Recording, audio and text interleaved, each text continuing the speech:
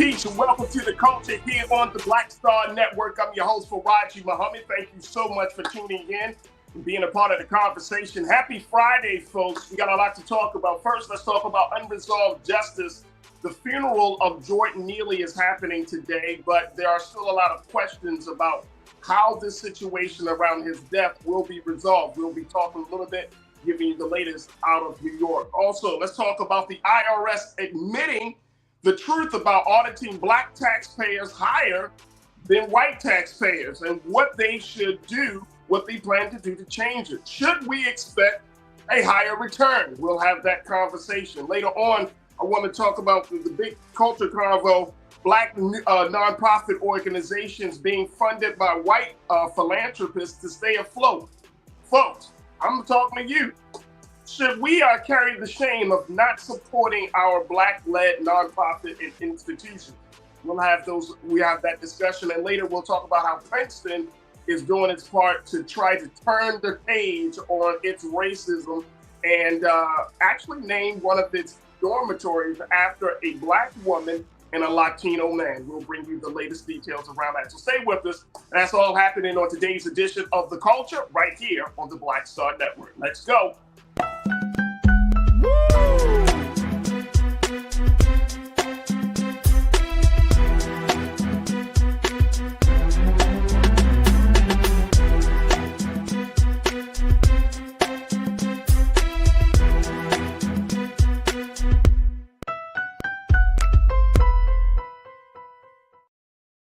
All right, folks, welcome to The Culture right here on the Black Star Network. I'm your host, Farajii. Thank you so much for joining us and being a part of the conversation. Happy Friday, folks. Happy Friday, and I hope that you have had a good week, and I hope that you enjoyed today's discussions as we got a lot to cover. So let's jump right into it. First and foremost, let's talk about the latest that is coming out of New York with the unfortunate case of Jordan Neely. The funeral of Brother Jordan Neely is held today, and there is still a lot of questions as to what's going to happen next in his case, as we're calling this unresolved justice, folks. And I want to, get you some of the latest details around this. Reverend Al Sharpton has been the one chosen to eulogize Brother Jordan Neely, saying that a good Samaritan helps, they don't choke him out.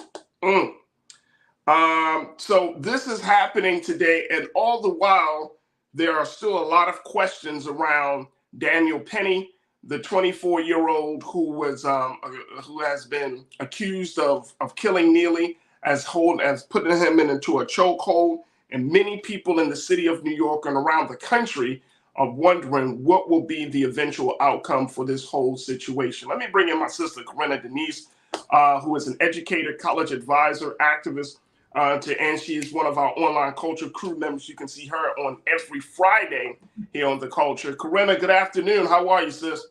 Afternoon. Happy Friday, Farajii. Let's talk about this. We have been on top of this whole situation, Corinna, and now we're at this point where they are putting to rest our brother Jordan Neely. They are laying him to rest. His funeral is today, right there in your home state of New York, in your home city of New York City. But what do you make of where we are around this case, where there are still a lot of questions about what's going to happen next? Still so many questions, right? Right. I feel like we have a ways to go. They're laying him to rest today. And I think, the hardest part has yet to really start for the family, long after you've buried your loved one and you're still going through that grieving process. And then they can't even just grieve. They're going to have to face a court dispute and battle, right? So, how are they preparing themselves for that? What I will say, I did see on some of the local news here earlier today, pictures of Daniel Penny. And I find it ironic, this is just a little side note, that suddenly now he's wearing like a mask.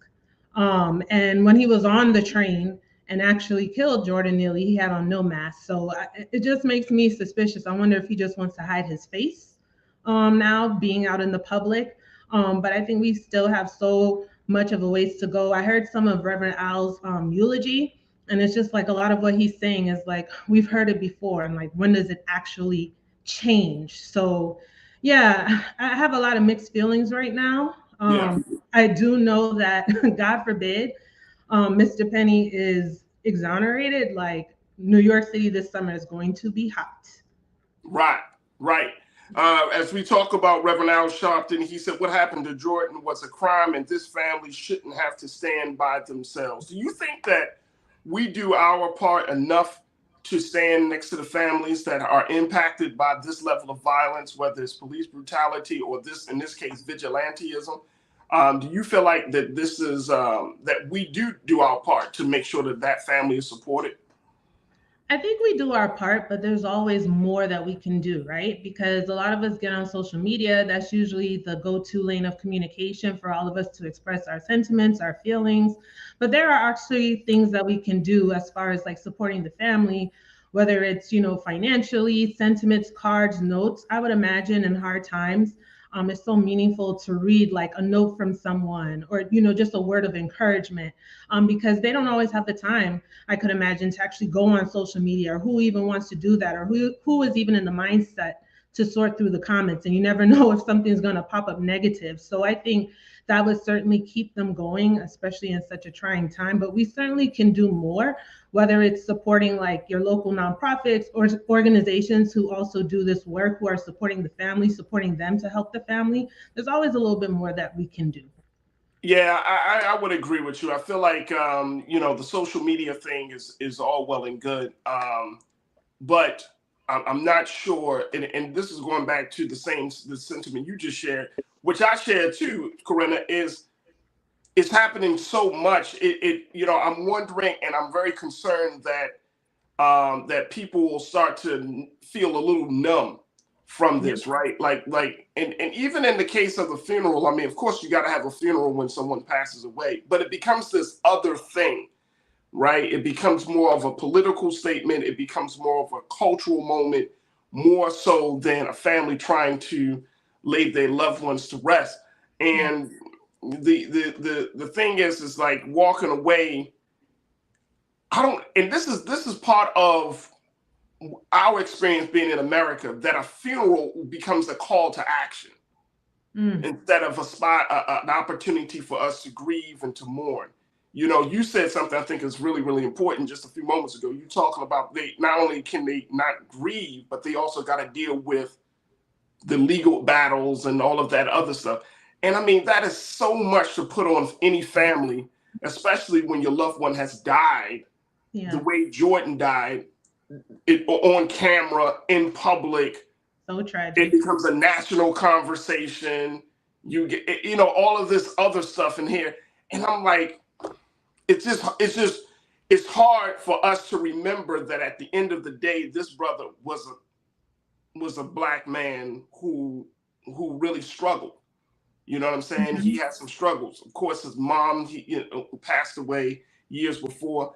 I mean, just to kind of reflect on his humanity and not just him as a Right. moment. Another case, another Another, tragedy. right.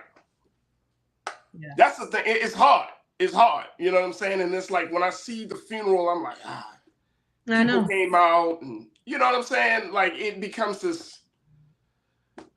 I don't know. It is frustrating and it's sad and it's part of the space that we find ourselves in culturally. But I always try to think like this is still another family that has lost a loved one and they're going to have to grieve through it. Yeah, and it's important too, like I said just a few minutes ago, this is just the beginning of the hard part, right? Like the days long after. And sometimes we have a short-term memory, where we're just caught up in our own lives. But I think that's how we can essentially support families more, right? By not forgetting. Like I just saw something the other day from Until Freedom, like saying Shaquella Warbiston, like we haven't forgotten.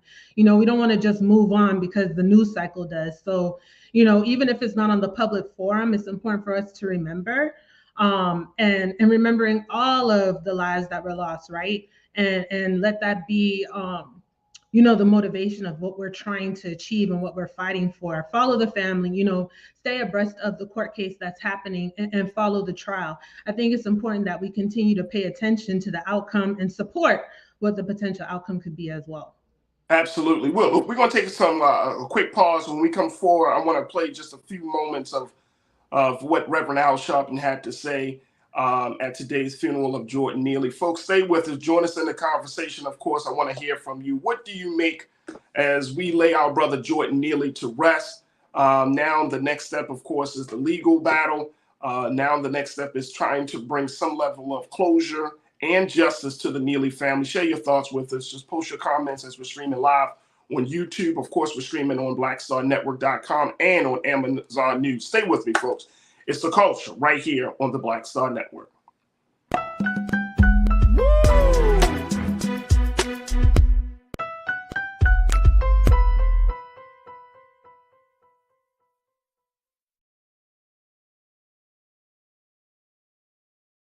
Hatred on the streets, a horrific scene, a white nationalist rally that descended into deadly violence. White people are losing their damn minds. As an angry pro-Trump mob storms the U.S. Capitol, we've seen shooting. We're about to see the rise of what I call white minority resistance. We have seen white folks in this country who simply cannot tolerate black folks voting. I think what we're seeing is the inevitable result of violent denial. This is part of American history. Every time that people of color have made progress, whether real or symbolic, there has been what Carol Anderson at Emory University calls white rage as a backlash. This is the rise of the Proud Boys and the Boogaloo Boys. America, there's going to be more of this. Here's all the Proud Boys, guys. This country is getting increasingly racist in its behaviors and its attitudes because of the fear of white people. The fear that they're taking our jobs, they're taking our resources, they're taking our women. This is white fear.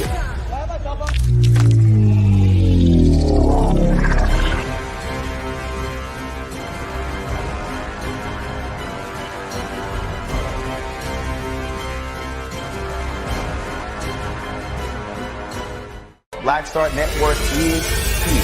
Oh, no punch! I'm real revolutionary right now. Thank you for being the voice of Black America. All momentum we have now, we have to keep this going. The video looks phenomenal. See, this difference between Black Star Network and black-owned media and something like CNN. You can't be black-owned media and be scared. It's time to be smart. Bring your eyeballs home. You dig?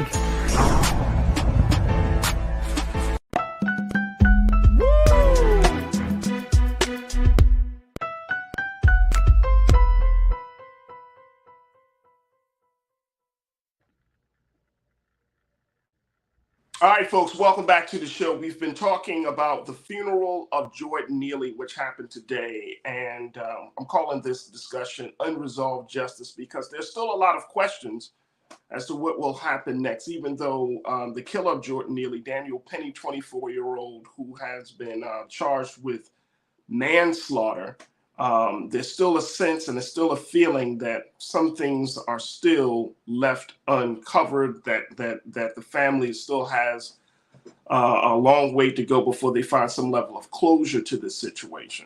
And I've been talking to online culture crew member Corinna Denise, who is an advisor, college advisor, activist, and educator. But I want to share with you just a little bit of what Reverend Al Sharpton had to say today at the funeral. And then conscious thought, I see you made an excellent point, brother. So I want to raise that into the discussion and hear more from what you have to say. But first, let's go to Reverend Al Sharpton at the funeral of Jordan Neely today. We should not celebrate Jordan's life, but we should not ignore how he died.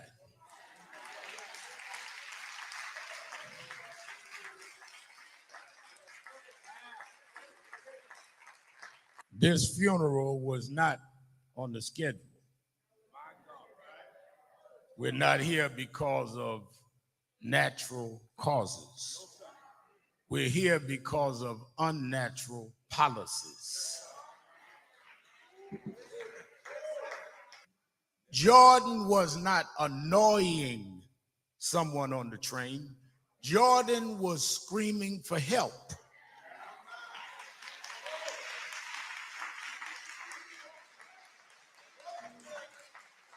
We keep criminalizing people with mental illness. People keep criminalizing people that need help. They don't need abuse, they need help. What happened to Jordan was a crime. And this family shouldn't have to stand by themselves. I heard the governor of Florida, DeSantis, say that the man that killed Jordan was a good Samaritan. A good Samaritan helped those in trouble. They don't choke them out.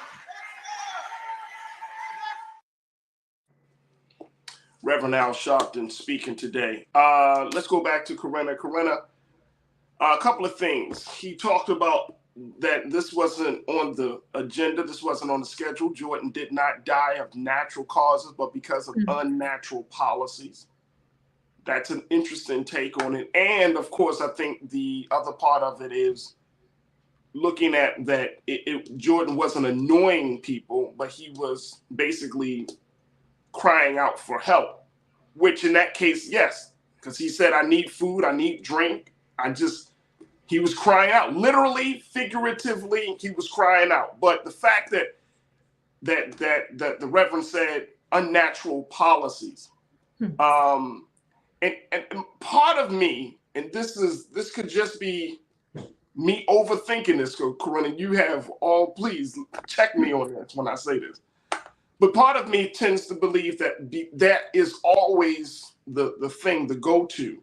And I'm wondering now, after seeing these type of moments, after watching how our death in mass as people has been conceptualized, that it puts us in a position like we're property of the state.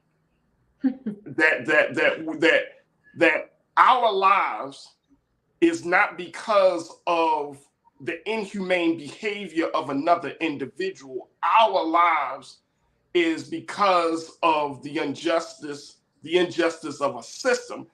And I'm just not sure if that is going to move the needle on changing our view of what we can change or what we have control over. I hope I'm making sense when I'm making this point. Does that make sense to you?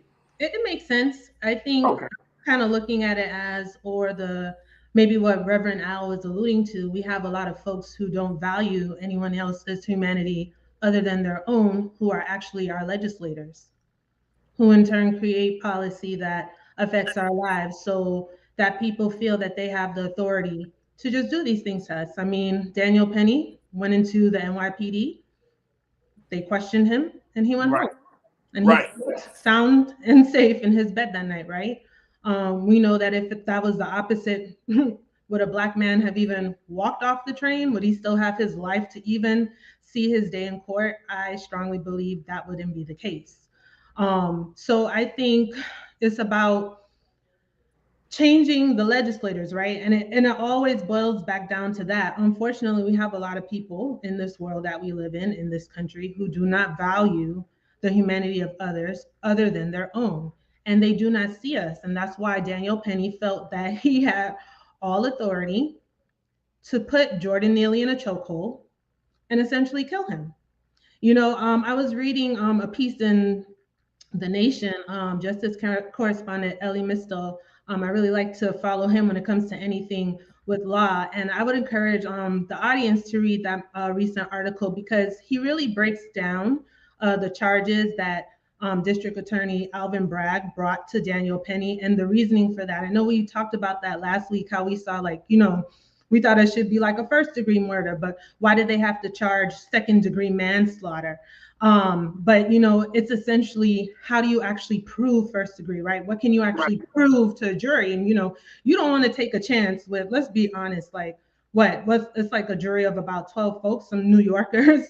You want to assume, do they have all the facts? I mean, you want to assume the best, but I guess you actually have to prepare for the worst too. So you want to actually try and get a conviction and get a charge. But he really breaks down what that looks like and why those charges were brought against him the way that they were. But yeah, Farajii, I agree with you. I don't think it's just the policy, but we have a lot of people who are against our very humanity create these laws. And then when we sit home and we don't vote, I know it always circles back to that. We're accountable because we're essentially allowing them to win elections that they wouldn't win otherwise.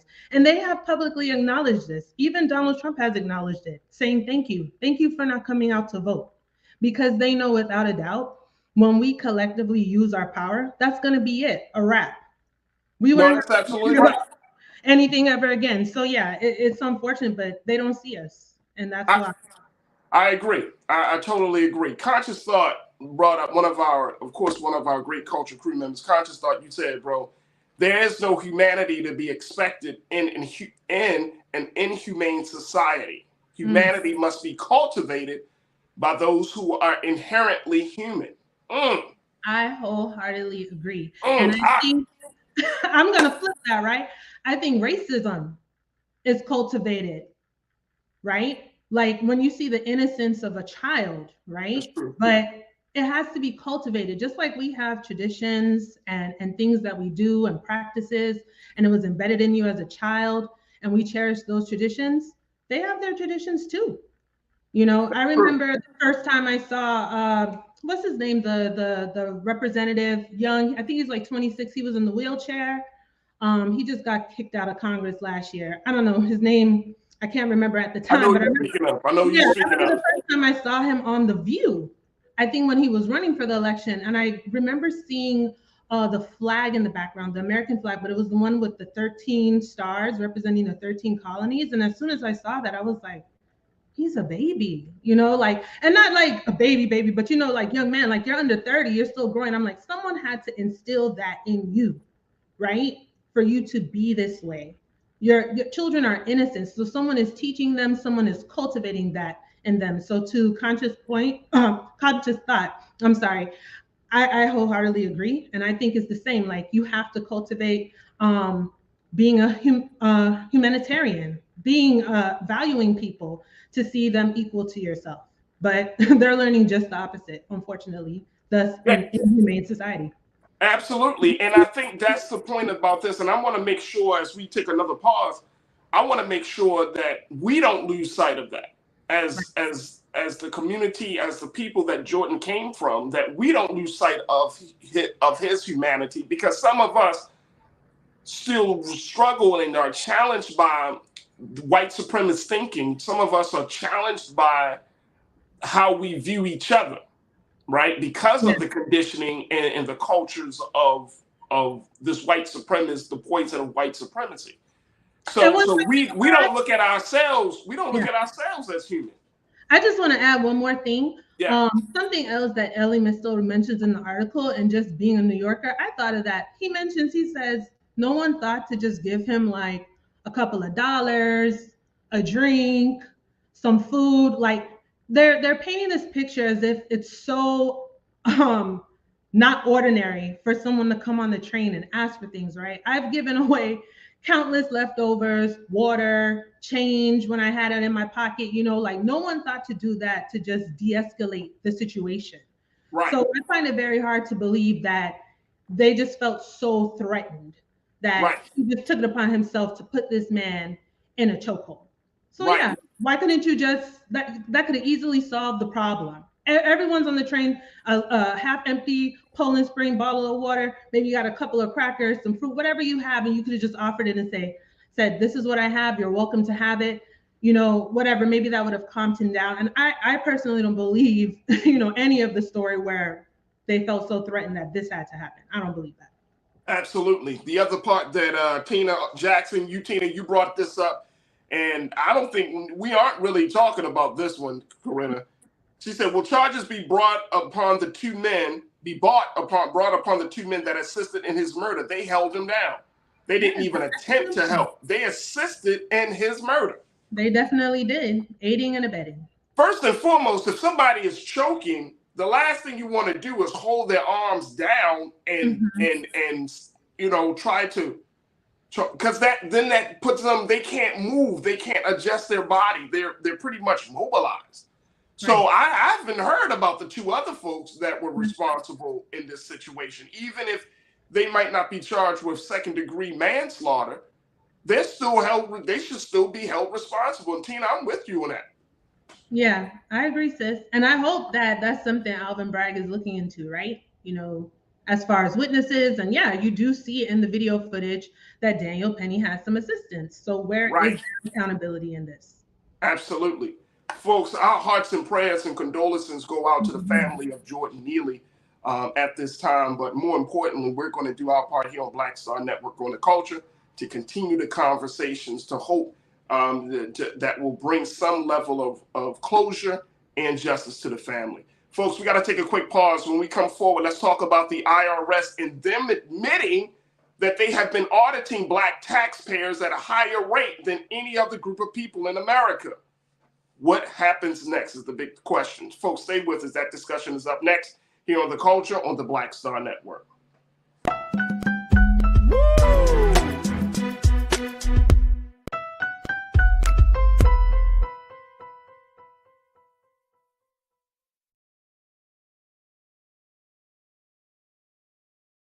Black Star Network is here. Oh, no punch! I'm real revolutionary right now. Thank you for being the voice of Black America. All momentum we have now, we have to keep this going. The video looks phenomenal. See, this difference between Black Star Network and Black-owned media and something like CNN. You can't be Black-owned media and be scared. It's time to be smart. Bring your eyeballs home. You dig? When you talk about blackness and what happens in Black culture, we're about covering these things that matter to us, speaking to our issues and concerns. This is a genuine people-powered movement. There's a lot of stuff that we're not getting. You get it, and you spread the word. We wish to plead our own cause. Too long have others spoken for us. We cannot tell our own story if we can't pay for it. This is about covering us. Invest in Black-owned media. Your dollars matter. We don't have to keep asking them to cover our stuff. So please support us in what we do, folks. We want to hit 2,000 people, $50 this month, raise $100,000. We're behind 100,000, so we want to hit that. Y'all money makes this possible. Check some money orders. Go to P.O. Box 57196, Washington, D.C. 20037-0196. The Cash App is $RM Unfiltered. PayPal is R Martin Unfiltered. Venmo is RM Unfiltered. Zelle is Roland at RolandSMartin.com.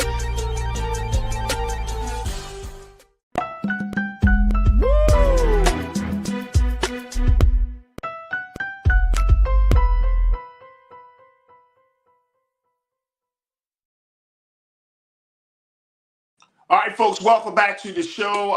Let's just switch gears a little bit and talk about what's been happening with Black folks financially in this country. As we know, tax season was upon us just a few weeks ago. And now there is some new information, a new study that has shown folks that the IRS has been auditing Black taxpayers at a higher rate than white taxpayers. This is the new study has come out earlier this week.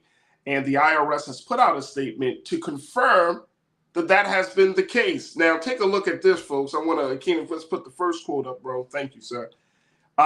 This acknowledgement came after the publication of research this year showing that Black taxpayers was disproportionately audited, prompting calls from members of Congress for a review into the methodology and algorithms that help determine who is selected. Now, according to the IRS commissioner, Mr. Daniel Werfel, he said, quote, while there is a need for further research, our initial findings support the conclusion that Black taxpayers may be audited at higher rates than would be expected given their share of the population. Now, this is what the commissioner wrote in a letter to Senator Ron Wyden of Oregon, the Democratic chairman of the Senate Finance Committee. The research found, folks, that Black taxpayers were 3 to 5 times more likely than taxpayers who are not Black to be audited. It noted that the IRS disproportionately flagged tax returns with potential errors in the claiming of certain credits, like the Earned Income Tax Credit, which supplements low-income workers' incomes in an effort to alleviate poverty. The IRS does not collect information about race as part of the tax filing process, and Mr. Werfel did not say whether he believed that should change. What? Here it is, folks. Yep, this is from The Root. But this is a conversation and a story that's been widespread, and I want to bring Corinna back into the frame. Corinna, are you surprised? Nope. Hell no. Hell to the no. No. I'm just glad that they actually admitted it. Now that is the part that I'm surprised about. Yeah, that gives you one of them rock eyebrows, like. Yeah, like, oh. You really admitted to it. I'm not surprised, Corinna. I'm really not surprised. I'm not surprised. I'm not surprised, man. I actually know some folks who have been targeted, and what I mean by targeted is just like all of a sudden, especially I want to say like after like the height of the pandemic, and you know a lot of folks were like on pandemic unemployment assistance. I'm the same to say I was one of them, and just suddenly out of nowhere they get an IRS notice and they're like, "Oh, you owe from like 2009." We're like in the next century, like, why all of a sudden? So it just seems so common thread. And like, just given the history and our experiences, you can't help but think that, yeah, we're a target. I feel like personally, Black people are under attack in America right now, especially we're the go-to for any problems, concerns. And it seems like the white people, but they said it right there in the article, right, Farajii? Like, yeah, they're just, well, that's what I'm saying. Now, here's the part about it. Like I mentioned, Mr. Werfel, the IRS commissioner, said that this is happening. Well, he used the term maybe, like upon further research. Let me go back to the exact quote that he said. Our initial findings support the conclusion that Black taxpayers, may be audited at higher rates. Mm-hmm. Maybe. Come on, Mr. Werfel. Come on, man. Come on, sir. Maybe means you are. Yes to me. You are. Yeah, maybe leaves a little door, a little opening of that may not be the truth. No, it is the truth. It is the truth. Now, here's the other thing. Senator Elizabeth Warren went on record to say that the IRS should start collecting some type of demographic information because they don't collect information about race when they look at it. But the algorithms but the algorithms that they use to process everything seems to be. I mean, if your name, and I mean, look, let's keep it real. This is the culture. If your name is Shakisha, okay. More than likely, you're a Black woman. Okay. That's right. So that means that you are going to be kind of targeted. You know what I'm saying? Now, Tiana checked in. Tiana, you made a great point. You said you're not surprised about this, but the bigger question is, what the hell are they going to do about it? And that's the question. What is the IRS going to do? Now, I think getting back to what Senator Warren said, she said that there should be some collection, some type of determination that the race of taxpayers, so that way people can start, when they start processing that, they can start to, look at that data a little bit more closely instead of leaving it kind of unspecified, even though they know that this is happening. So I'm wondering if we should include some race component in it. Do you think that would be helpful? I mean, I feel like, okay, let's say we did include some sort of racial component, right? What's the end goal? How are we going to use that? How is that data going to be used? Are we going to, take a deep dive and really analyze it to see and make sure that, Black folks aren't the go-to when it comes to the IRS for matters like this? So it's like, I'd like to hear more from Senator Warren, like, what is the plan once you actually collect that data? What are we going to do with it? And will it really make a difference? Because to your point, mentioning the names, it's just realistic. Like, this is the culture. Like, more than likely, if your name is, like you said, what you say the name was? Shakisha. Yeah, like, oh, Shakisha. They're not going to be like, yeah. I mean, you're going to automatically presume, like, she's a Black woman. It's like, what are we going to do with it? But what are we going to do with it once we have it? Absolutely. I'll make sure I'm saying Kelvin Barnett. Kelvin, thank you for checking in. You say, I feel a class action lawsuit is coming. Yeah. Because I'm thinking about the hundreds of thousands of people, maybe a couple of million Black folks that may have been audited in with discrimination that have had to pay. My question is, along with that, Kelvin, is that a class action lawsuit, should we expect a higher return? Should we get some money back? And they come for the people who are behind the scenes, right? Not to bring up Tangerine Tyrant, but like, unfortunately, he was our president at some point, probably one of the biggest tax evaders on a public forum, and he just kept getting away with it, kept getting away with it, kept getting away with it. Something else just to bring in, and I'm not sure exactly what's happening with that case. I was reading, like, I think a week or two ago, Beyonce filed something against the IRS, fighting something they say that she's owing, you know, some millions of dollars. So she's disputing that right now. Really? So yeah. So I guess it doesn't matter. Well, some people don't think that you can file against the IRS. I don't think, you know, a real Brooklyn checked in and said, look, you have a better chance of seeing a Brontosaurus walking down Madison Avenue than it is than it is to do something that affects the IRS. Some people, but here's why I think that we may see some movement on getting some type of tax justice. Let's call it that. Because every institution in America is slowly falling apart because of its relationship to Black people. Every institution, every industry is feeling it's not as strong as it used to be, because now more and more people are waking up and more information is being exposed that a lot of these industries, or pretty much all of these industries, have been built on the discrimination, the disrespect, and the overall diminishment of Black people in this country. Absolutely. Every industry is affected. Let me go to my guy. Let me hear something. Who else? Oh, Jacqueline. Jacqueline, you said algorithms are used against Black people in various areas such as employment. The algorithm, if we're looking at algorithms, and algorithms are various codes that essentially are coming out of the mind of men and women, predominantly white men and women. Yeah. Everybody's going to be affected. So if we start to go against the IRS, which some people believe is the you know, the big house on the top of the hill, I'm not necessarily thinking that the IRS is that ironclad from criticism or from change, because remember the Supreme Court? Look at the Supreme Court. Look at how the views and the attitudes of the Supreme Court has changed over these past 30 years because of what we're starting to see more and more of behind the scenes.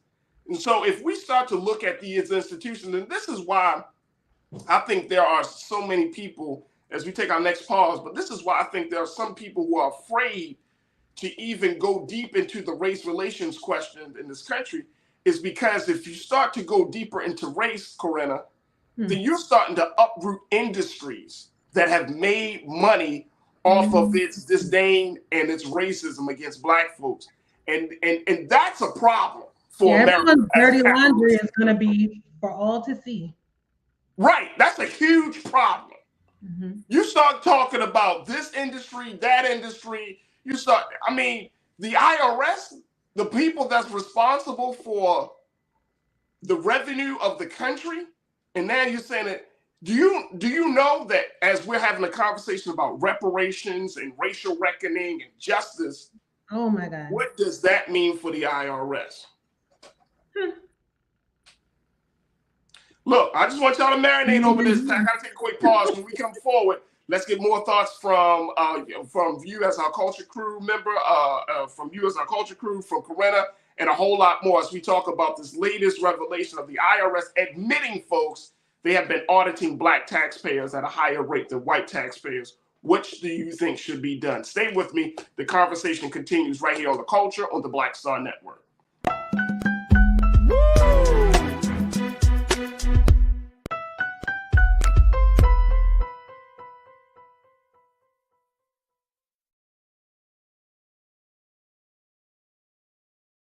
Folks, Black Star Network is here. Hold no punching. I'm real revolutionary right now. Support this man, Black media. He makes sure that our stories are told. Thank you for being the voice of Black America, Roland. Hey, Black, I love y'all. All momentum we have now, we have to keep this going. The video looks phenomenal. See, there's a difference between Black Star Network and Black-owned media and something like CNN. You can't be Black-owned media and be scared. It's time to be smart. Bring your eyeballs home. You dig? Pull up a chair. Take your seat. The Black Tape with me, Dr. Greg Carr, here on the Black Star Network. Every week, we'll take a deeper dive into the world we're living in. Join the conversation only on the Black Star Network. Hi, I'm Dr. Jackie Hood Martin, and I have a question for you. Ever feel as if your life is teetering and the weight and pressure of the world is consistently on your shoulders? Well, let me tell you, living a balanced life isn't easy. Join me each Tuesday on Black Star Network for A Balanced Life with Dr. Jackie. We're all impacted by the culture, whether we know it or not. From politics to music and entertainment, it's a huge part of our lives, and we're going to talk about it every day right here on The Culture with me, Farajii Muhammad, only on the Black Star Network. I'm Deborah Owens, America's Wealth Coach, and my new show, Get Wealthy, focuses on the things that your financial advisor and bank isn't telling you, but you absolutely need to know. So watch Get Wealthy on the Black Star Network.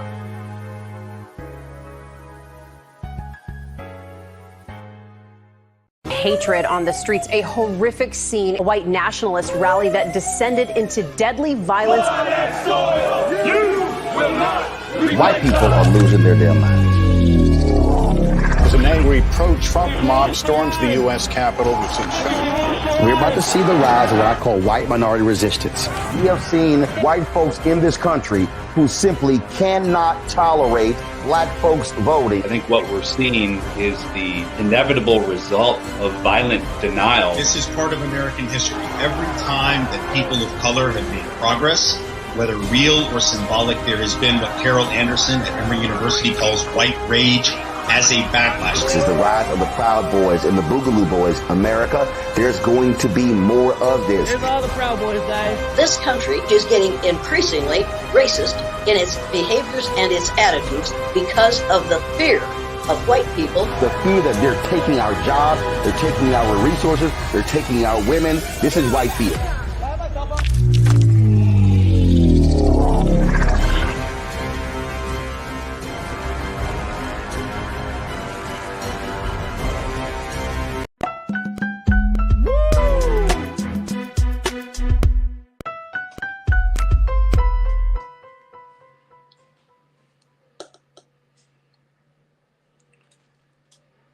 All right, folks, welcome back to The Culture here on the Black Star Network. We've been talking about the IRS admitting this week that they have been auditing black taxpayers at a higher rate than white taxpayers. Now, I'm asking the question, are you surprised? Many of us are not surprised because we know that the institutions of this country has a very, very dysfunctional relationship to black constituents. But I want to continue this conversation just for a few minutes, and I want to bring my sister Corinna Denise back into the discussion here. Because, Corinna, as I was thinking over this break, everything that happens in the dark, the level of injustice that we've been seeing happening in the dark is now coming to light. People have been thinking that there has not been any type of real reckoning in this country. And I'm not talking about what the stuff we saw with police brutality. The real reckoning that this country is so afraid of is the reckoning that comes from knowing the truth. America hates the truth. And I'm sorry, folks, we just got to keep it 1,000% here. Not just 100, 1,000. We're unapologetic. I don't think that is the truth. I'm telling you, unapologetic. But the fact is that this country hates the truth and will do anything and has done anything to keep certain things in the dark. Now, with that being said, Corinna, look at the situation that we're finding ourselves in. If this is like that Alice in Wonderland hole. How far back do you go? How far back has this level of auditing happened? Because if the IRS has said, well, yes, we have been auditing Black taxpayers, does that mean that we need to keep paying taxes moving forward? Because I'm interested. Does that mean that we get some sort of tax break if you are a Black business owner or a family? Like, what does that mean? Like, I'm not talking about we're going to just change the algorithms. No. Something that's really substantive. Come on, sis. I mean, come on. But you know what? People have been paying taxes. And look, remember back in the day, and I'm not saying that this is still not the same attitude. But very quickly, Corinna, I'm going to get your thoughts. But remember back in the day, people there's only two things that are certain in life in America: death and taxes. Yeah. So and as a we know death person, is they certain. take out a lot of taxes and give very little of it back. Okay. Yeah. Just wanted to put that in there. Just think about this. Like, just think about this situation. Let me just throw it out there because I saw a great comment. Valerie Victoria AG. Valerie, you said something I thought you're right on. You're dead on. You said it may be a huge problem, but if they don't reconcile it, the country is not going to survive it. Valerie Victoria AG, my sister. You're hitting that nail right on the head, sis. That's the point that we at in this country. Because a lot of us, man, look, let me tell y'all, a lot of us tend to believe that this stuff that we experiencing, and Corinna, you talk about it, this attack against our Blackness, our humanity, all of this stuff is not going to be addressed. And I'm saying that this stuff is coming up. This stuff is going to be addressed because the country cannot continue to try to diminish the voice and the pain of a people that are screaming out for justice, they're screaming out for liberation, that are screaming out for a sense of humanity. How long do you think this country is going to last or stand if we don't address this race problem in this country? How long do you think that's going to happen? It's just a matter of time, Farajii. And something that comes to mind too is, given the current temperature in the country, right, where we see things, it's normal that, a governor, a racist ass governor, can go on social media and give his sentiments and almost his sympathies and condolences, right, for Daniel Penny, and they fundraise for him. That's so normalized. Like, the racism has become so blatant now. It just makes me wonder, like, the question comes up in my head, why now would the IRS, feel comfortable to admit what they admit about, auditing Black taxpayers at a higher rate than white people? Why now? Well, it may be because the comfort of knowing that, nothing's going to be resolved about it right away. Why is this okay? Like, I can't imagine, like, I would think you have to have some level of comfortability to just say, yeah, we definitely audit Black taxpayers at a high rate. Yeah, that's true. With it's like almost like it's nothing. It's almost as if they expect that nothing's going to follow up. And I think that's where we have to be responsible. Yeah. To remember this and be pissed off about it, right? And not to forget, because we're moving constantly. Things are happening in our lives. And I think sometimes we have a short-term memory, sometimes unintentionally. We need to remember these things. Yeah. And why is this happening? There's so many pieces that we need of the puzzle we need to put together to have true liberation, right? This probably alludes to some of the conversations and discussions about reparations too. I mean, this is it's just unbelievable that it's just too comfortable for me to just admit that. Well, you know what? It may not just be, and I mean, I can definitely understand you saying that, but it may not be a fact of comfortability. Maybe it comes from a space of desperation, where they're like, and he could downplay it in his words, but maybe the evidence is just so overwhelming that it's like, how can you not say something, right? I mean, there are Black folks in every industry in this country. There are Black folks in the financial industry, in the tax industry, and all of these things, right?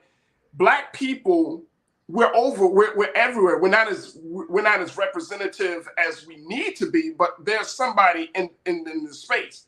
So my point is, it just might just be a simple thing like, you can keep going down this line saying, you know what? We're going to keep this close to us. We're not going to say anything. Or to Valerie, to Valerie Victoria AG's point, like if you don't deal with it, this is going to create a huge problem down the road, right? And that's the space I think that we find ourselves in. Like, it's the evidence is so overwhelming of the level of racism and systemic racism that we have in this country that even white people are going to have to admit that's racist. It seems like too, Farajii, as much as, like you said, America doesn't want to admit the truth, they don't want to face the truth, as much as what has been covered up for so long, right? It's like they're desperately trying to cover it up, but it's just constantly falling apart, right? Drastically, especially if we look at like the past 3 years after the pandemic, right? Like I think the murder of George Floyd was like the epitome of that, right? And it's like where everyone was at home, where everyone was kind of just still and then really had a chance to pay attention. So now their attention is a little bit more heightened, right? They're a little bit more aware of things and seeing all these things that are happening even now. And it's like piece by piece, even though they're trying to ban books, they're trying to do this and that, they're trying to take away history, it's falling apart. You know, even something like this article today that speaks to like, you can't, omit the racism. It's obviously racism. Like, what else would it be? Because again, even though race isn't included, right? Or as far as what a taxpayer, how they're identified, definitely with the name. We're going back to that cultural point, right? Like it's kind of obvious. So how do you explain that? You can't omit that. There's just no way that you can. How? So then it gets to the point, and I know we got to take another pause. But I know, so then it gets to the point at looking at the economic system, because the taxes, the IRS determines so much of what goes on with our economic systems, right? Yes. So then it starts to look at that point. You know what I'm saying? Like it starts to look at, I mean, there's just, and I'm just thinking there are so many broad, wide-ranging, the potential of impact, right? And again, the IRS can't just come back to Black folks. You can't make such an admission like this. If they come back to Black folks and say, yeah, we changed the algorithm, we'll just do better the next tax season. Mm-hmm. I expect to hear something like that soon. It's not enough, but I wouldn't be surprised if that's the follow-up, right? I get that, but see, here's the problem. Here's the problem with that, right? The problem becomes that now that we know this, and I brought up the reparations piece for real, because this should be a part of the reparations overall agenda. If it's not a part of the federal conversation, it should be part of the state conversation, right? Especially when you have Black folks. And they may find that the situation is Black folks were audited in certain states higher than in other states. We don't know, right? And if that becomes the case, then that should be a part of it. I don't think that we should take that off the table. I think that there should be a some type of element, and we just all brainstorming here, folks. But there should be some type of element to say, well, what is the real justice? What is fair? Right. What is considered fair in light of this new information? Should we not pay taxes for the next 3 to 5 years until the IRS gets itself together? I'm serious. I mean, I'm thinking bold, Corinna, because here's the thing. We've been dealing with, what's the word I'm looking for, y'all? We've been dealing with these like slow, incremental forms of progress and gains, right? Like, I'm tired of slow incremental. I want stuff to be so swift in some cases, so bold in other cases, that it is like, it makes your head spin. You like, damn. Yes. But I do know that because these systems are so entrenched in our demise, you can't make swift changes without totally disrupting and uprooting the foundation for a lot of other things. So there has to be a bold enough step that the IRS is planning to take without disrupting the quality of life of Black people in this country. They should make sure that, how do we make sure that the IRS don't go on a war path and start to penalize Black folks, Black homeowners, Black business owners? You see what I'm saying? Like maybe, and I hope I'm not just overthinking here, but I'm just saying that it's too much, man. It's too much. Yeah. And for one, I definitely want to make sure that I'm educating myself. And I think it's something we all need to do to see, like, what's the role that our legislators play into this, right? How much say do they have with IRS regulations? Like you said earlier, Farajii, Senator Elizabeth Warren is suggesting that, race should be included. But I would need to know, which I don't know, but I'm definitely going to find out, what kind of role do they play? How much of a say do they have? These are things that we need to know so we understand the operation, so that when something happens, we can react accordingly, right? Because, what is there going to be their accountability for us to get, to be basically, I guess, redeemed in a sense. Right. It's happening to us particularly all the time. And what's really happening at the IRS, where's the intentionality in that? Like, how are you sorting out the folks that you're actually going after? Like, I would love to dissect this a little bit more to see how they're actually doing it, right? Absolutely. Absolutely. This is a huge culture convo that we're going to continue to have. Folks, we're going to take a quick pause. If you have looked at our ticker, you might have just seen that it's breaking news that legendary football player and activist Jim Brown has passed away at the age of 87. We're starting to see more and more of our great ones who have transitioned into becoming the ancestors. So first and foremost, our heart prayers and condolences goes out to the family of Jim Brown. He has had an extraordinary life on the field and off the field. And of course, you can stay tuned to us here on the Black Star Network as we do our part to lift Brother Jim Brown and talk about his politics and the impact that he has made. So again, legendary football player and activist, Brother Jim Brown has passed away at the age of 87. And now stay an tuned. Said it. Yep. He's one of our great ancestors now. And we need that level of toughness in dealing with some of these issues today. All right, folks, let's take a quick pause. When we come forward, another big cultural conversation talking about the funding of Black organizations by white philanthropists. I'm asking the question, folks, should we be ashamed that we still find that there are hundreds of Black organizations that are working on behalf of our people that are not supported by the people? We'll have that discussion, and later on we'll check in and talk about what Princeton is doing to try to turn the tide on its racist past as well. Stay with us. It's The Culture here on the Black Star Network.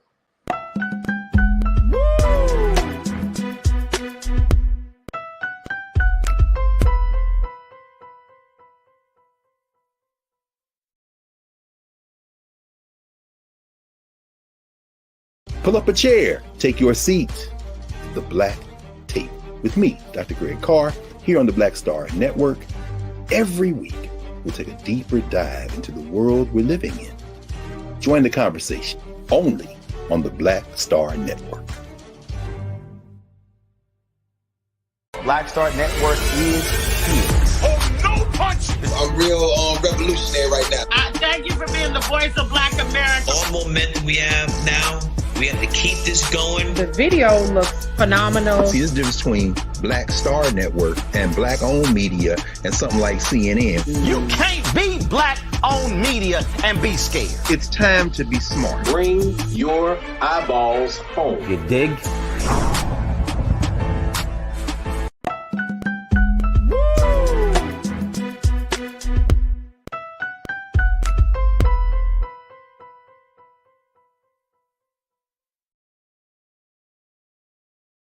All right, folks, welcome back to the show.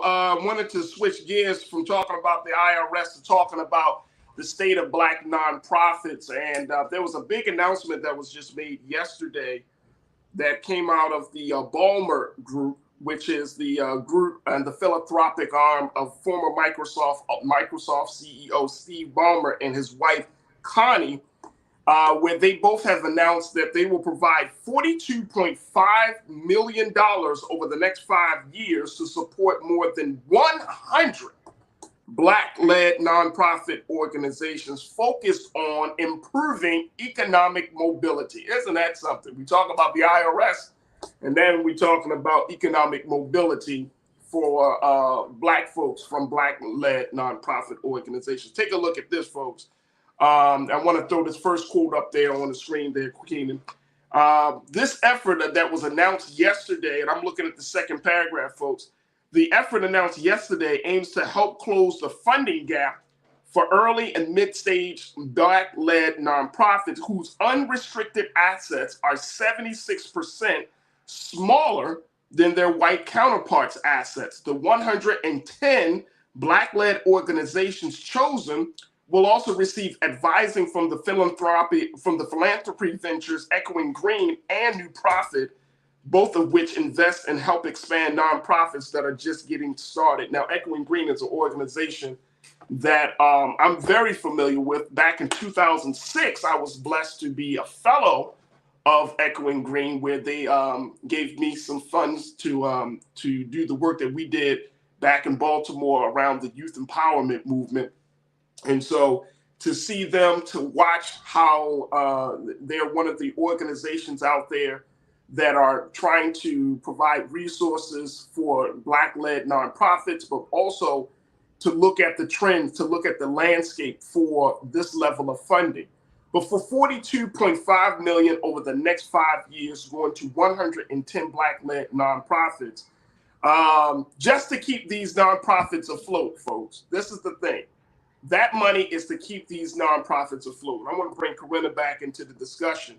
Corinna, we're seeing Black organizations being supported by white money.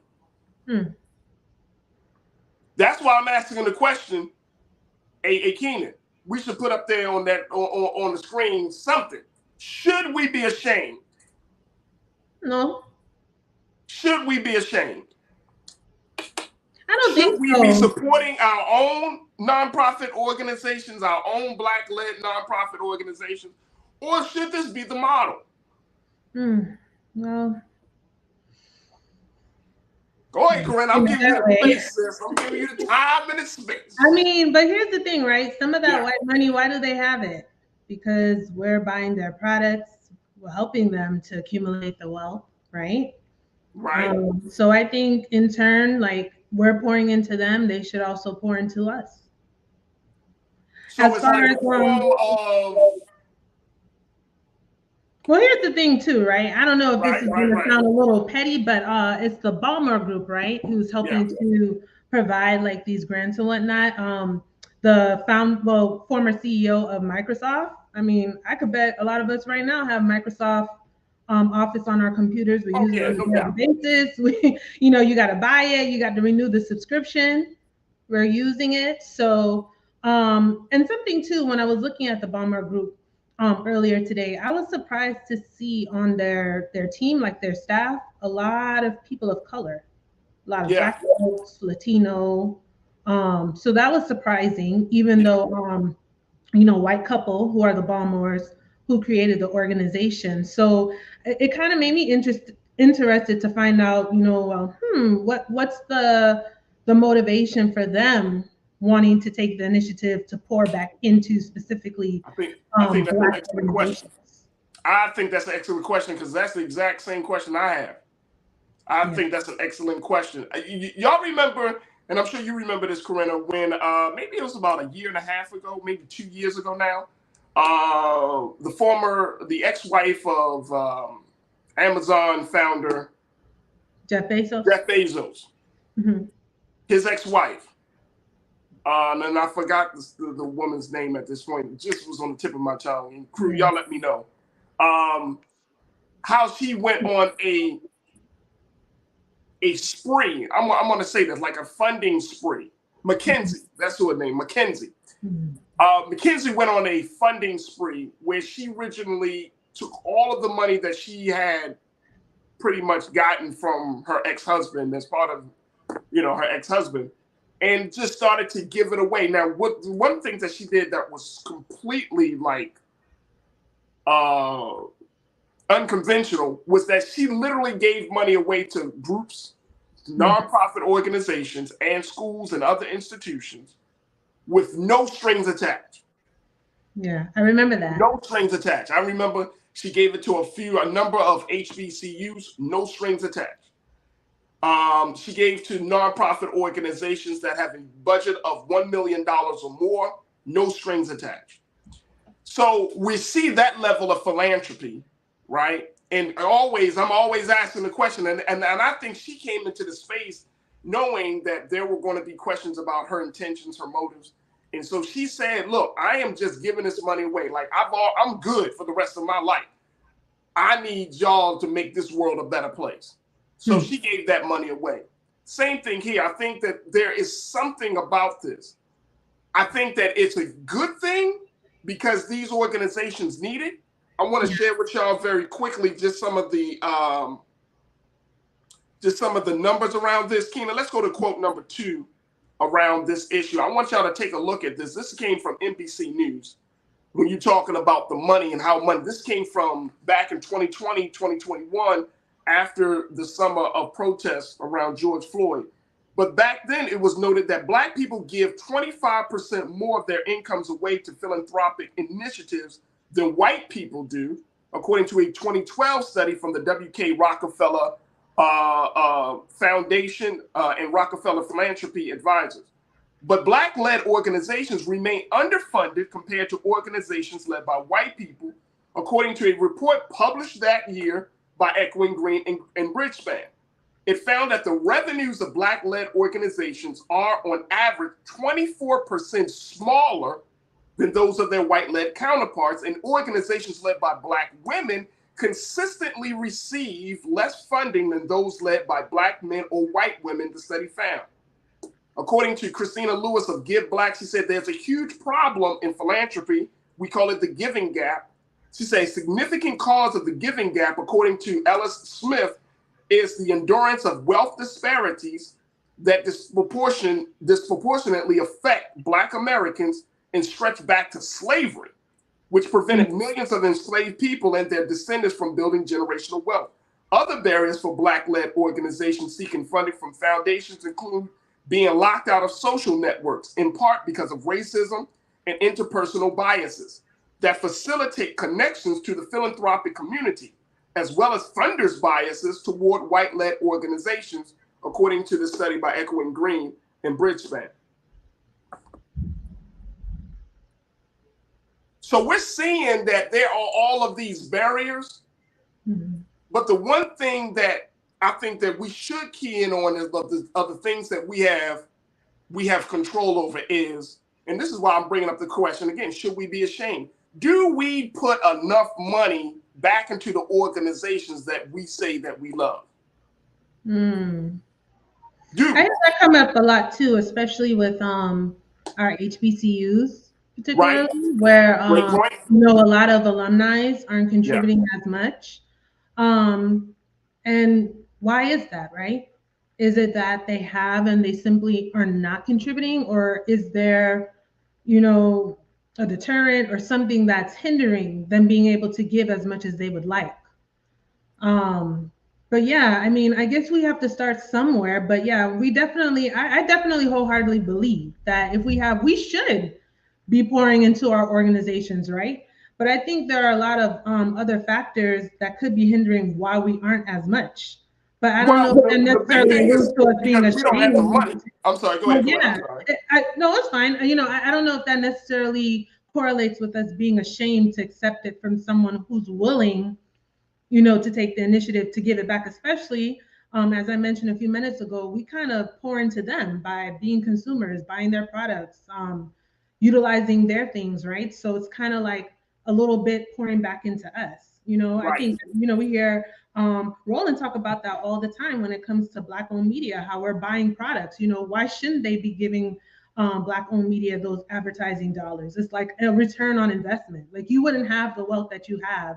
Like Jeff Bezos, like I order from Amazon, I'm sure you do. A lot of us on here, he wouldn't have the wealth that he has if we weren't ordering, especially like in the height of the pandemic.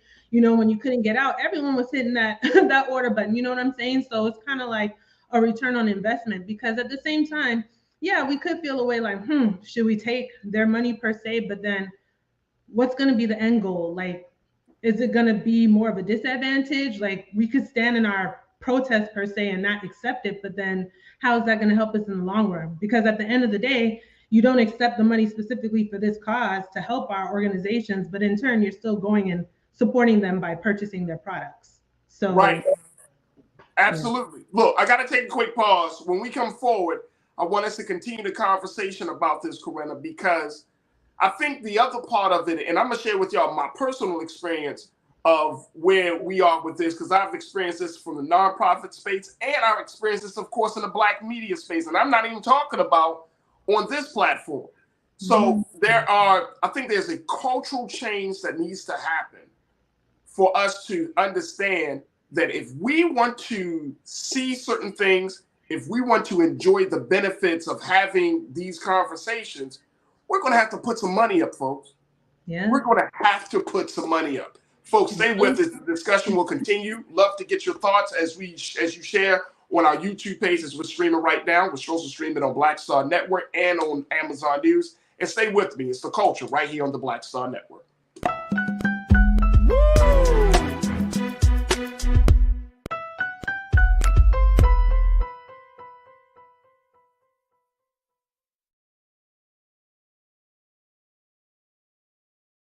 Hi, I'm Dr. Jackie Hood Martin, and I have a question for you. Ever feel as if your life is teetering and the weight and pressure of the world is consistently on your shoulders? Well, let me tell you, living a balanced life isn't easy. Join me each Tuesday on Black Star Network for A Balanced Life with Dr. Jackie.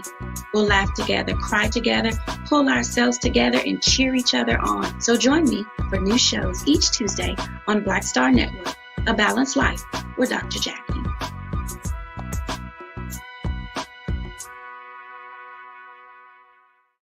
Black Star Network is here.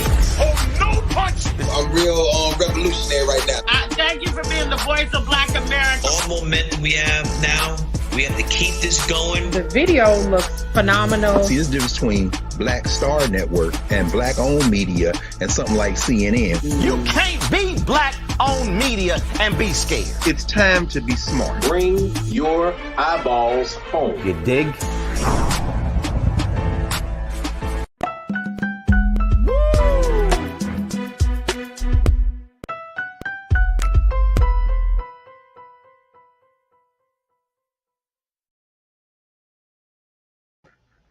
All right, folks, welcome back to The Culture here on the Black Star Network. We've been talking about this latest announcement that comes from the Balmer Group about their investing $40 million plus into Black-led nonprofit organizations over the next 5 years. And you're talking about this $42 million investment to 110 Black-led nonprofit organizations. Now, we've been talking about just the landscape, folks, the dynamic of funding Black organizations and this idea of white money funding Black organizations. And should we be ashamed that we may not be funding our own organizations as well as we need to be? Talking to my sister, Corinna Denise, who is a college advisor and educator and activist. And of course, I'm talking to you, my online culture crew. Folks, I want you to join us in the discussion. Post your thoughts on YouTube as we're streaming live right now on Black Star Network and of course on Amazon News. So I want to get to this point though, Corinna, because this point touches home for me on a couple of different levels. One is I remember I used to run a nonprofit organization. Me and my ex-partner, we ran this nonprofit organization back in Baltimore for 10 years. And this was from the period of, you're talking about from 1999 all the way up to like 2009, maybe 2010. But one of the big things that we saw, and we were young back then, so, you know what I mean, we were just young organizers, young activists that are trying to do some changes. The conversation about funding Black organizations at that time was just like a distant planet. It was like on Mars or something, right? And especially in the city of Baltimore. But I remember the ongoing challenges that we had to face in just getting people to put something in the pot. Because we were like, look, we're young people that are trying to help other young people do leadership training and get them involved in civic engagement. We need to raise some money. And it wasn't a lot. It wasn't a lot. Now, we often talk about the level of money that we spend in the stores. We say, oh, we got $1 trillion. At that time, it was like $1 billion plus, you know, buying power and all of that. But one of the things that I think we have lost is that we've lost the sense of, if we want to build the community, we have to fund the community. Yes. Yes. Yes. You see what I'm saying? Like, the community is not going to just pop up and crop up on its own. It takes money. So that was my first experience. Then the second experience is I used to work for a radio station right there at the historic HBCU, Morgan State University in Baltimore. The station's called WEAA. Great station, Black owned, Black managed, Black operated. Each year we would do what they call a funding drive, because it was a public radio station. So we played music, but we also was, at that time, it was a station that was an NPR affiliate. And also it was a station that required you to raise funds to keep the station afloat. Huge struggle. Struggle. Now, here's a Black station. I'm on the station. You got other notable Black voices. We're talking about Black stuff. Black people in Baltimore excited about it. Oh, man, it's great. But when it comes down to the money part, it was like non-existent. We will raise money, but not as much as other public radio stations, white public radio stations. Yeah. And I knew that, and I was doing that for years. I'm talking about like 15 years, Coretta. And one of the things I found out is that it's just not in our culture.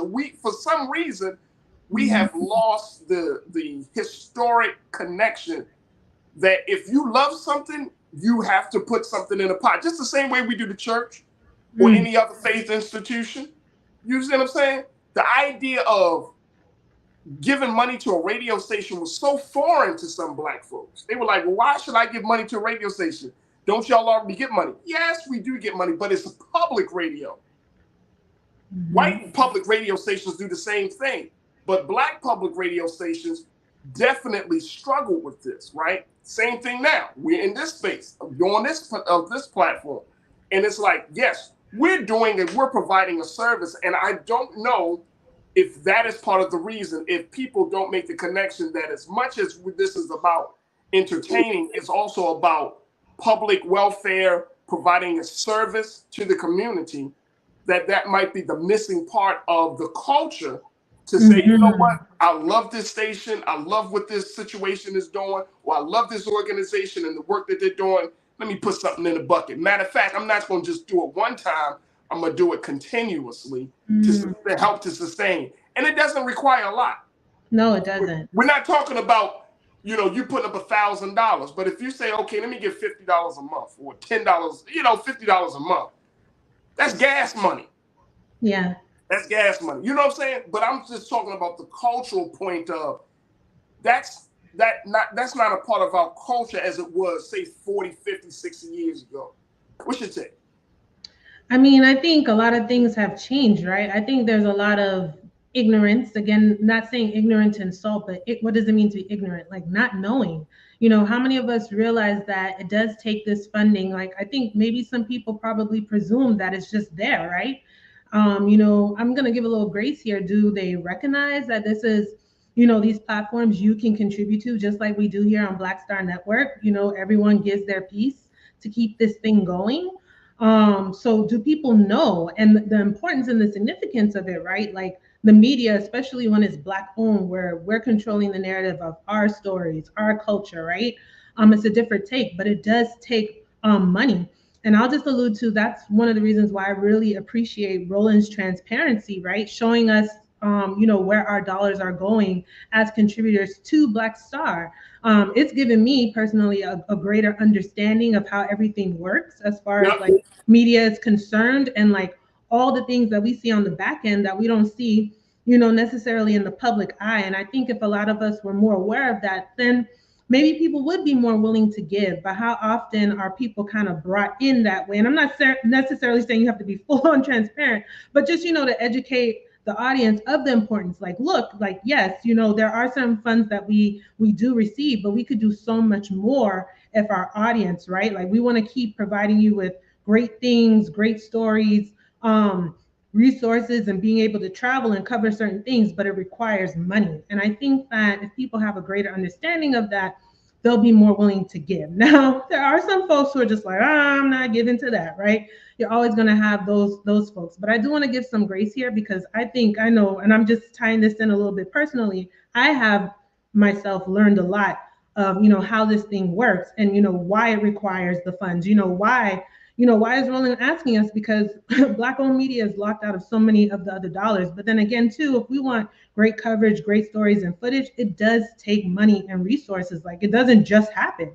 And if we want to keep it going, then we have to pour in to this thing, right? So that we can keep getting great news stories, keep getting great programs and coverage.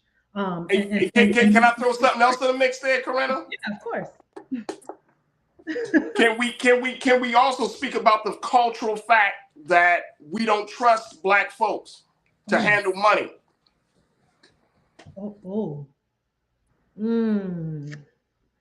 So why don't we trust Black folks? Why don't we trust Black folks? We don't trust Black folks to handle money. We don't trust them. The organization could be doing great. And this is why the situation around Black Lives Matter, the Black Lives Matter grassroots lawsuit, because it adds to the confirmation bias that some of us have about Black people handling Black money. It adds to the fact that, you know what? See, that's why you can't give to Black organizations, because they gonna F up the money. You see what I'm saying? Y'all remember this? Back in 1995, we had the Great Million Man March, right? 2 million brothers showed up on the mall that day. We each held $1 or whatever was in our pocket at that time. I was 16, I held up the $1. My father and my brother, we all held up the $1. The money was collected, Do you know that march was audited by a number of professional auditors? Every dime was accounted for. Do you know, even to this day,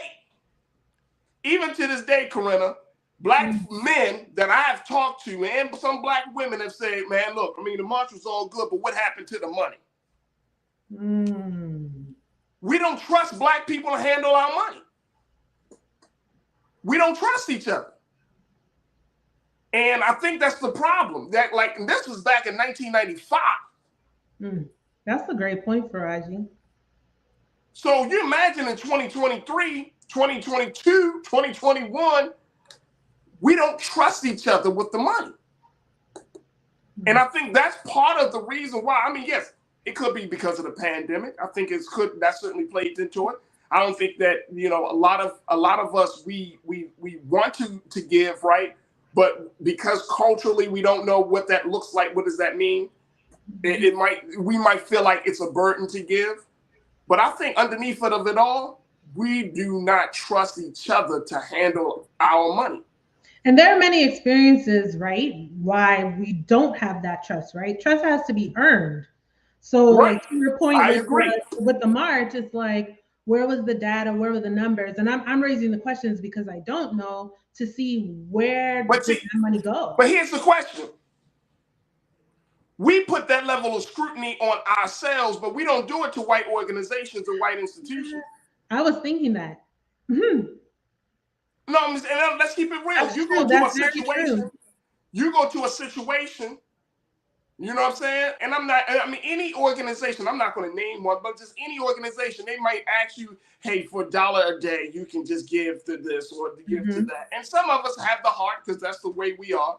We have the heart to give. But we don't jam up that organization, that institution, and say, okay, I gave $40, and then this is how it be, right? And I'm not saying that this is this is crazy, but we might give one time $50, and we be like, well, where's the report to show my $50 was taken?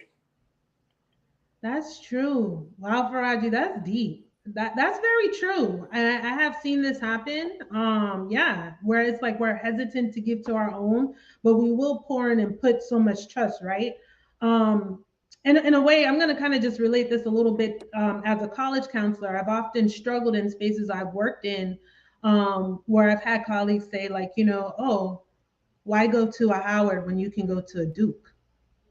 Excuse me? Where I've had to basically coach my students and remind them, like, there was a time when there was no other choice. And don't forget the great people who came out of a Howard that could dismantle, who were so brilliant, they killed Jim Crow, right? Right. So that we could have some of the things that we have now. But, what has happened to us, as a people, is it just all this indoctrination and things like that, and the systemic racism? It runs so deep that we have cultivated this idea that someone other than our own is better, and I think I'm just tying that into your point where we will question, we'll be hesitant to give to our own, but another organization, not so much. We're not going to do the follow-up per se to be like, where are my dollars going? What has happened to us? Why we feel so trusting to be able to do that with someone else, but not our own? And wow, when you frame it that way, it's really sad. And we need to find a way to get back to that. Have we just not been as transparent? And you know what, too? Some of them are biggest dealers, right? Like this, because they can. I think sometimes we like too much of the rhetoric and the optics, and we're not looking at the stuff underneath. We're not checking in that. We're just kind of trusting things on the surface level. And I think we have to dig a little bit deeper, because it could be all good. It could look great, but that doesn't mean it's truly great on the inside. And who you're actually trusting and giving with no hesitation, they could be stealing and using that for other purposes, right? We see that right now with GoFundMe. Everyone will just throw up a GoFundMe these days. It's like, oh, right. I need this and that, and collect and say, I need it for, like, I don't know, I'm raising money for children here. And then lo and behold, next thing you know, they got a brand new ride, whatever the case may be. But why is it that we're so trusting to give to other people and not just ourselves? And I think a lot of that ties into our history, unfortunately. And I think there's a lot for us to unlearn, so much more to learn. And the only way that we're going to thrive is to get back to giving to our own, but then that requires accountability and I think transparency, so that we can build that trust, because it takes a long time to build trust and it takes a second to, like, destroy it. But I totally understand this. We got to take our next pause, but I totally understand this. And Davey, you said, oh, Farajii, sounds like you've been jaded. Well, yeah, I am a little jaded, because people take time out of their schedule. People, like, for example, whether you're talking about in the media space, like Black media professionals, we do this as a labor of love, for example, right? We don't do it because of the big dollars. You don't get huge, major dollars working for Black media. I'm gonna just let y'all know. Y'all might be like, man, you must be. No, it's not like that, because it's a different source. It's a different thing. If you see Black media professionals, and I'm using media as an example here, you see Black media professionals, that means that we want to be there. Not because we just have to be there, we want to be there. Think about all of your great Black media voices, right? From the past up to this present moment, we want to be there. Brother Roland talks about it often. Talk about his experience. He could have been on CNN. They was going to give him the bag at MSNBC, but he decided to go on his own to start something with this Black Star Network and to create his own platform. He took a hit, but because that's the labor of love, because we want to be here. Same thing for the nonprofit organizations. Yes, you can take that same type of spirit and energy and talent and skill to white spaces and make their reality greater. But because you have a love and affinity for your people and you want to see your people thrive, you decide it. Look, I'm gonna try to, you know, thug it out and creating a space for Black folks, right? We want to be there. Yeah. Like teachers. So it's not that the desire is not there. It's just that there's some other things, and I think that, again, going back to it could be the economics of the situation, but I'm just talking about the culture of giving. We got to reanalyze and reassess our culture of giving.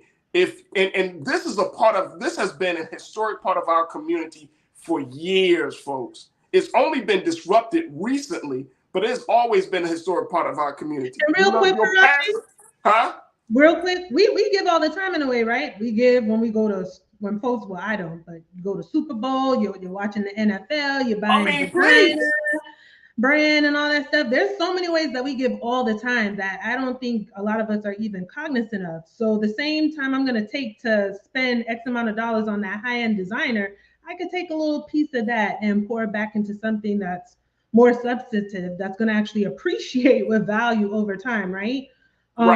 That's going to lead to for the greater good for us as a people. Just saying, you know. Absolutely. This is the way it is. This is just the way we are right now. And we have been, very quickly, that part of our humanity, that part of our love has been disrupted and distorted because of capitalism, because of this idea of individualism, because of the culture that we live in. We don't see the immense value of investing in something outside of ourselves. And that's a great concern that we should have. I'm not mad at a Black organization is seeking funding from white people. I agree with you. We owe that. That's the least that you can do. But at the same time, that doesn't mean that we should let our foot up off the gas and not supporting those organizations as well. Just put it in your line item. And again, this is not a lot. If you can put a little something for Black Star, for your favorite nonprofit, for the church, for the mosque, whatever you were part of, whatever good cause that you believe should be sustained, you should give something. And this is for all of us. You know what I'm saying? HBCU, all alumni. We throw up our hands, and the numbers will show it. And I'm sure you've seen the numbers, Corinna, very quickly. We can talk about, I'm from Howard, I'm from this one, I'm from that one. How much do you give? How much do you actually give? Because you can't run a school off of no damn football game tickets. That's right. You can't run a school off of no step show. Right. Takes money, takes resources. Look, it'd be better for you to give some money than showing up at the step show, at the big game, at the alumni mixer. Give some money. So go to homecoming, but don't forget to give back. Like, give something. Yes. Like Denzel said in that meme, he said, "I'm walking away with something." Something. I'm walking away with something. Look, we gotta take a quick pause. Stay with us, folks. More conversation here on the Culture on the Black Star Network.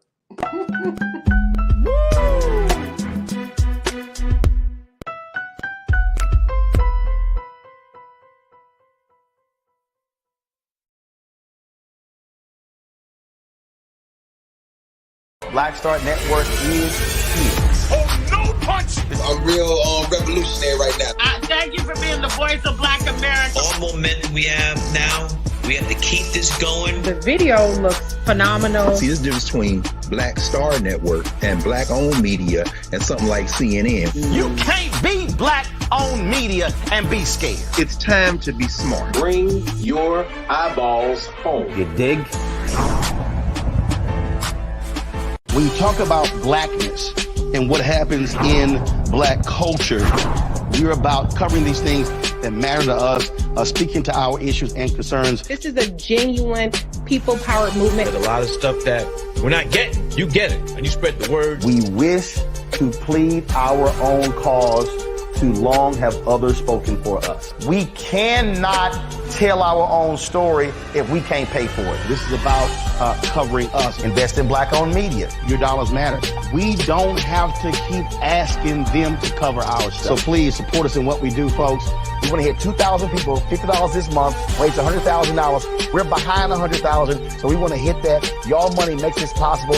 Checks and money orders go to P.O. Box 57196, Washington, D.C. 20037-0196. The Cash App is $RM Unfiltered. PayPal is R Martin Unfiltered.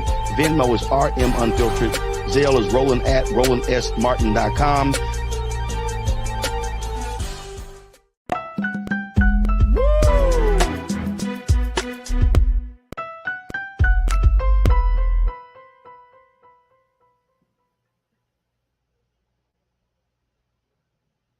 All right, folks, welcome back to the show. Final conversation. We're going to go head up to the state of New Jersey. New Jersey, my sister Corinna, she checking in. Corinna, I'm going to make sure, I don't want to assume, New York City is your hometown. Miami is my hometown, but I was in New York for 7 years. So it's in me, it's not leaving. All right, but you just got this love for NYC like no other. I do. I'm a naturalized New York. I'm telling you, once it's in you, it doesn't leave. I get it. I get it. All right, so let's talk about Princeton and something that you are super passionate about, which is education. Very quickly, Princeton has decided to name its new dorms after a Black and Latino couple because of their great donation of $20 million. This happened on May the 5th. That's a great day, I have to say, Corinna. Anyway, May the 5th.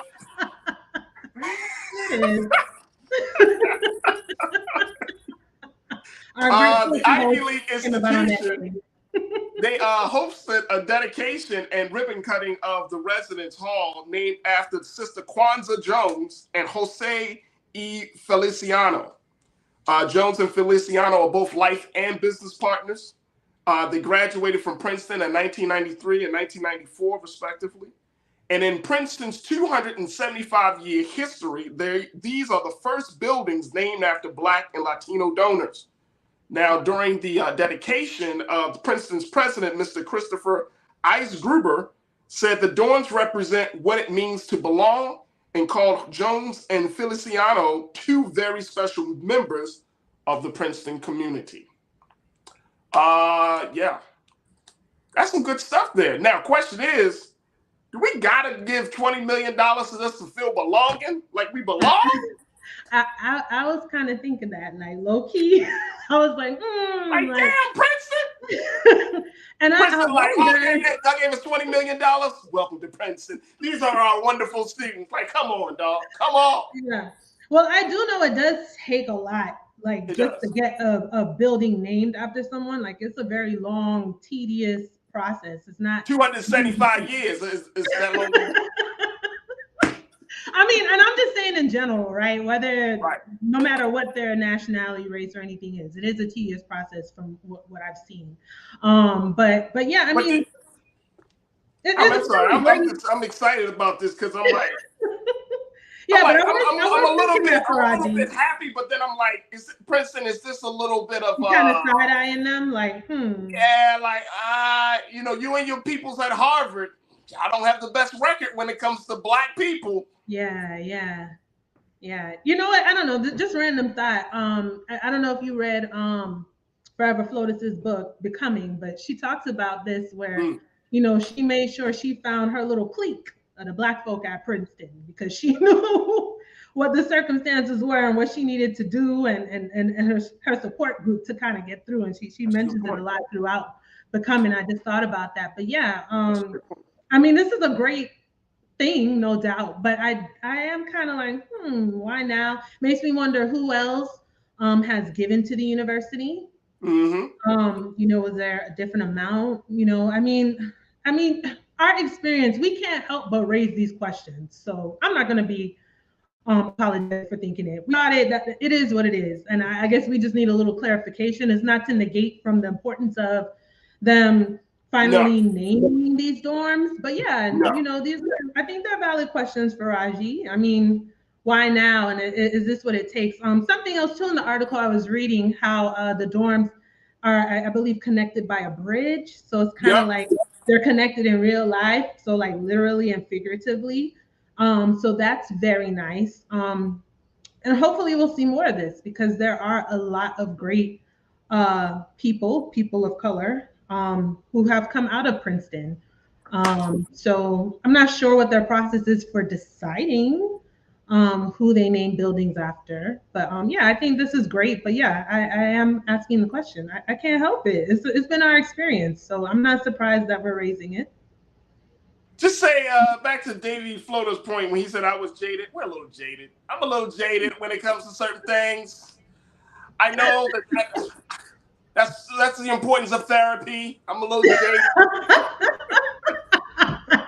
I think we've all when I see like the glossy stuff, I'm like, okay. Now I don't want to take away from the fact that Kwanzaa Jones and Jose both are great people. They both are doing phenomenal work in their interpersonal lives. So I don't want this to throw shade on any one of their accomplishments and achievements that they have made.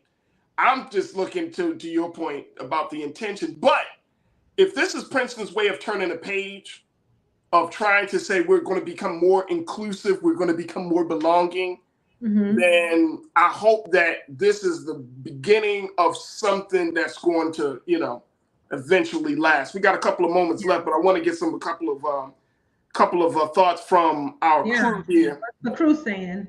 The crew is saying a lot.